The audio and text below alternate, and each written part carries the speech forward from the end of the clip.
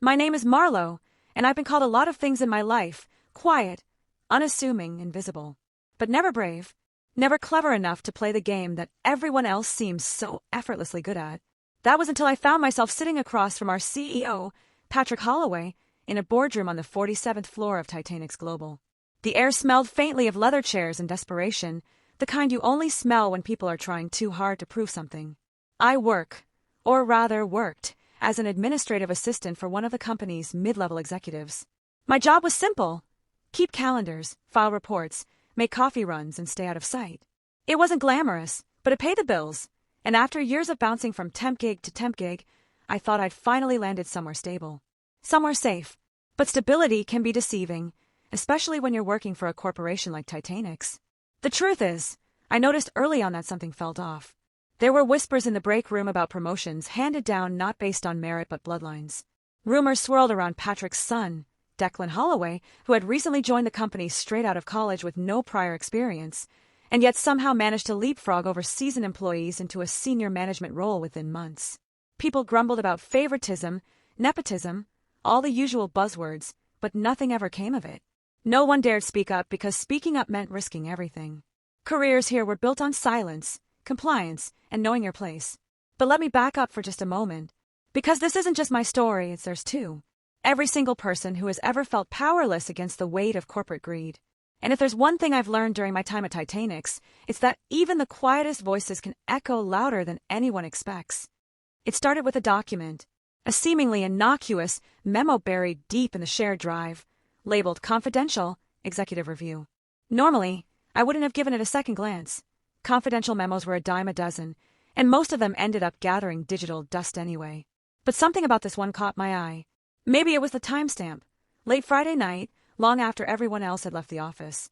Or maybe it was the fact that it had been flagged as urgent twice by 2 different departments before being quietly archived.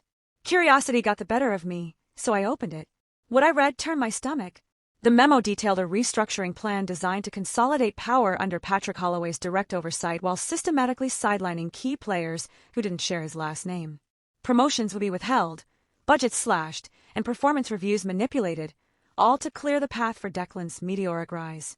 It was cold, calculated, and utterly ruthless. At first, I told myself it wasn't my problem. After all, what could someone like me possibly do? Speak out. File a complaint. The idea seemed laughable. Then again, maybe it wasn't entirely hopeless. Clause 7 of Titanic's Employee Handbook, a piece of legalese I'd skimmed during orientation and promptly forgotten, flashed through my mind. In broad terms, it guaranteed employees the right to report unethical behavior without fear of retaliation. At least, that's what it said on paper. Still, the odds weren't exactly in my favor. Titanic's wasn't some small startup where whistleblowers might actually stand a chance. This was a multinational behemoth with more lawyers than employees, and they didn't take kindly to dissent. But as I sat there staring at the screen, the weight of the decision pressing down on me, I realized something important. Staying silent wouldn't protect me. If anything, it would make me complicit. Complicity was a luxury I couldn't afford. So I did what any rational person would do. I panicked. For 3 days, I barely slept, running every possible scenario through my head. Would anyone believe me? Could I gather enough evidence to make a case? And most importantly, how far was I willing to go to see this through? By Monday morning, I had my answer. Quiet or not, I was done playing by their rules. The hardest part wasn't gathering the evidence. It was figuring out whom to trust. Most of my colleagues were either too scared or too invested in their own careers to risk rocking the boat. But then there was Marcus. He worked in IT, always tinkering with servers and fixing printer jams, and though we'd exchanged little more than polite nods in passing, he struck me as the kind of guy who saw more than he let on. When I approached him cautiously one afternoon, explaining what I'd found and asking for help securing the files, he didn't hesitate.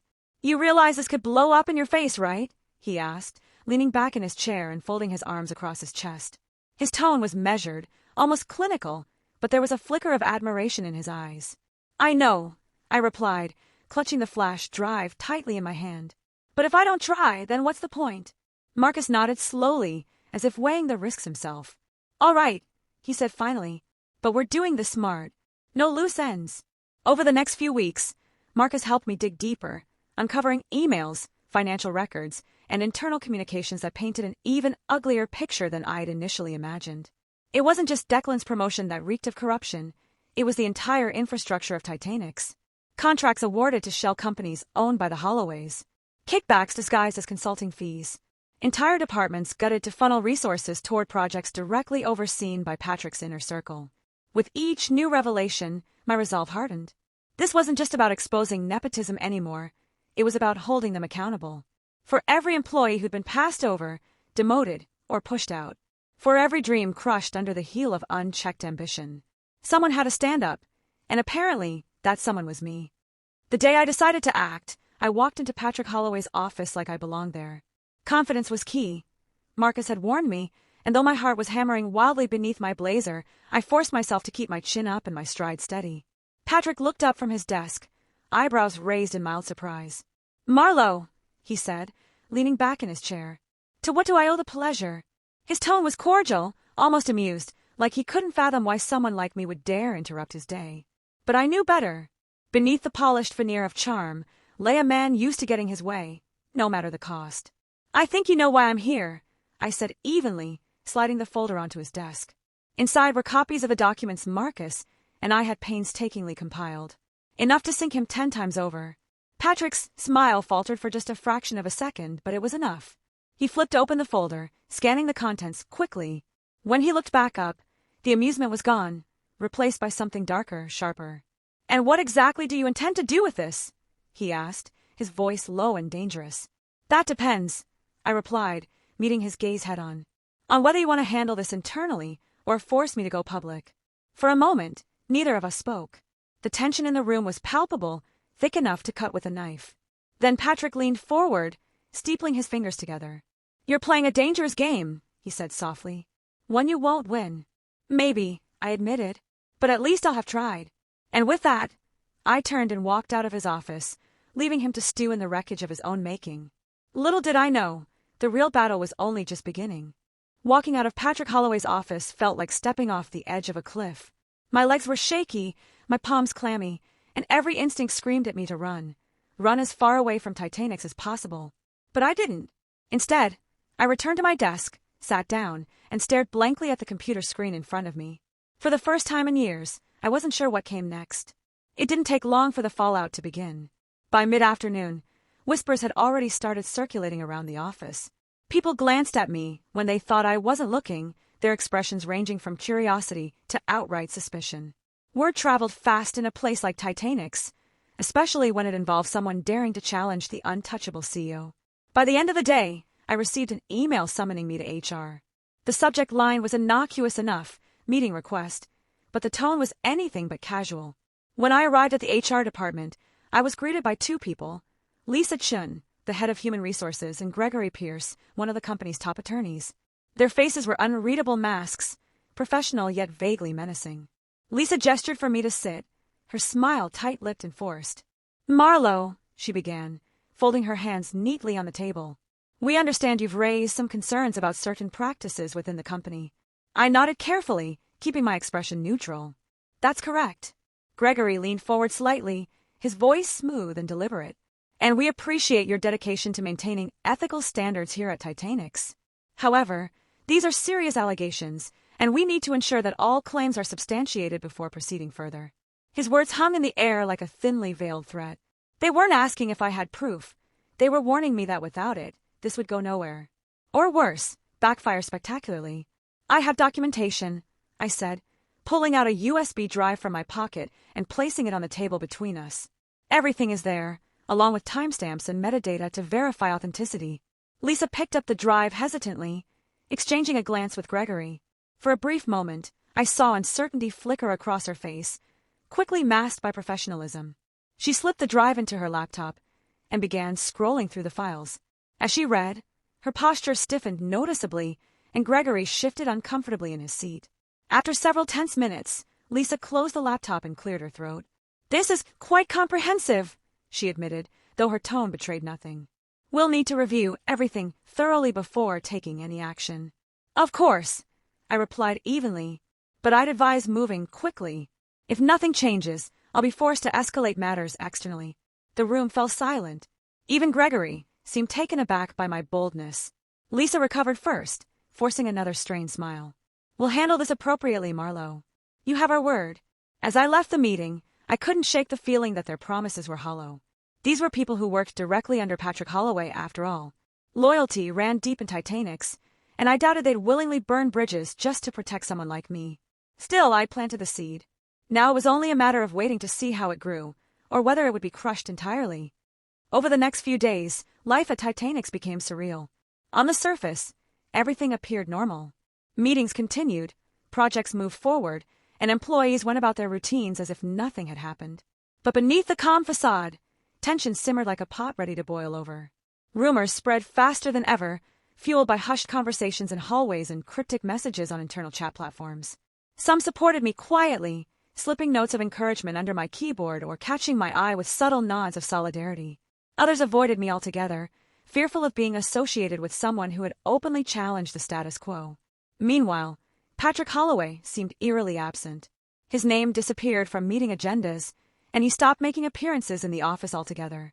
When asked, his assistant claimed he was focusing on strategic initiatives, but the absence spoke volumes. Whatever was happening behind closed doors, it wasn't going unnoticed. Marcus kept me updated on the tech side of things. He monitored network activity discreetly, ensuring no attempts were made to delete or alter the evidence we'd gathered. "They're scrambling," he told me one evening after work, leaning against my car in the parking garage, trying to figure out how much damage control they can do without admitting guilt. "And?" I asked, unlocking the door but not getting in yet. "They're scared," he said simply, "which means you're winning for now." Winning? The word felt foreign. All I'd done was expose the truth, and yet it felt like I was fighting a battle I wasn't equipped to win. Every night, I lay awake replaying scenarios in my head. What if they fired me? Sued me? Dragged my name through the mud until no one would hire me again? Fear gnawed at me constantly, but so did determination. If I backed down now, everything I'd risked would be for nothing. Then came the counterattack. It started subtly, a series of minor inconveniences designed to wear me down. My access to key systems was revoked due to technical issues. Requests for resources went unanswered. Colleagues who once acknowledged me barely met my gaze anymore. But the real blow came during a team meeting led by my direct supervisor, Rachel Meyer. Normally a kind, if somewhat distant manager, Rachel entered the room carrying a folder marked with the Titanic's logo. Her expression was grim as she called the meeting to order. "Marlowe," she said, addressing me directly, "there's been a concern raised about your recent conduct. Specifically, allegations that you've been accessing confidential information without proper authorization." The room went dead silent. All eyes turned to me, some curious, others accusatory. I clenched my fists under the table, forcing myself to stay composed. "Those documents were obtained legally and ethically," I replied firmly, "and they contain critical evidence of unethical behavior within the company." Rachel sighed, shaking her head as if disappointed. "Regardless, such actions violate company policy. Effective immediately, you're suspended pending further investigation." A collective gasp rippled through the room. Suspended? For doing the right thing? Rage bubbled inside me, but I swallowed it down. This wasn't unexpected. Retaliation was practically written into the playbook of corporations like Titanic's. Still, hearing the words aloud stung more than I cared to admit. "I'll appeal this decision," I said, standing up and gathering my things. "And I'll make sure everyone knows exactly why I'm being punished." With that, I walked out of the conference room, leaving stunned silence in my wake. Back at home, I poured myself a glass of wine and stared at the wall, trying to process everything that had happened. It felt like the walls were closing in, like no matter what I did, Titanic's would always find a way to crush dissent. But then my phone buzzed. A text from Marcus. "Don't give up. You've already changed the game. Keep pushing." His words reminded me why I'd started this fight in the first place. Not for revenge, not even for justice, but because sometimes staying silent is worse than losing. And if there was one thing I knew for certain, it was that I wouldn't let them silence me now. Whatever came next, I was ready. The suspension was just the beginning. Over the next week, Titanic's launched a full-scale smear campaign against me.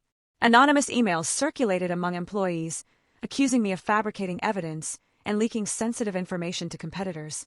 My name became synonymous with betrayal, whispered in hushed tones in break rooms and elevators. Even Marcus grew cautious, warning me that our communication might be monitored. But I wasn't about to let them bury the truth. Late one night, I uploaded every piece of evidence we gathered to an encrypted whistleblower platform, ensuring it would reach investigative journalists if anything happened to me. Then, I sent a single email to Patrick Holloway himself. "Destroying me won't stop this," I wrote. The truth is out there now. Choose wisely. By morning, chaos erupted. Reporters swarmed outside Titanic's headquarters, armed with damning details from leaked documents. Declan's unqualified rise, the rigged contracts, the embezzlement, it all came spilling into the light. Shareholders demanded answers, and the board called an emergency meeting. For the first time, Patrick Holloway looked less like a king and more like a man cornered. My phone buzzed nonstop, texts, calls, news alerts, but I ignored them, focusing on what mattered most, finishing the fight. As investigations unfolded, I packed up my desk quietly, knowing my time at Titanic's was over. But as I walked out of the building for the last time, I felt something unexpected: peace. I didn't win in the traditional sense. I lost my job, my reputation took hits, and the legal battles were far from over. But I'd exposed corruption that had festered unchecked for years. And somewhere deep down, I knew I'd inspired others to question the silence they'd accepted for too long. As I stepped into the sunlight, Marcus met me on the sidewalk, holding 2 coffees. "What now?" he asked. I smiled faintly. "Now. We start over. Somewhere better." And for the first time, I believed it.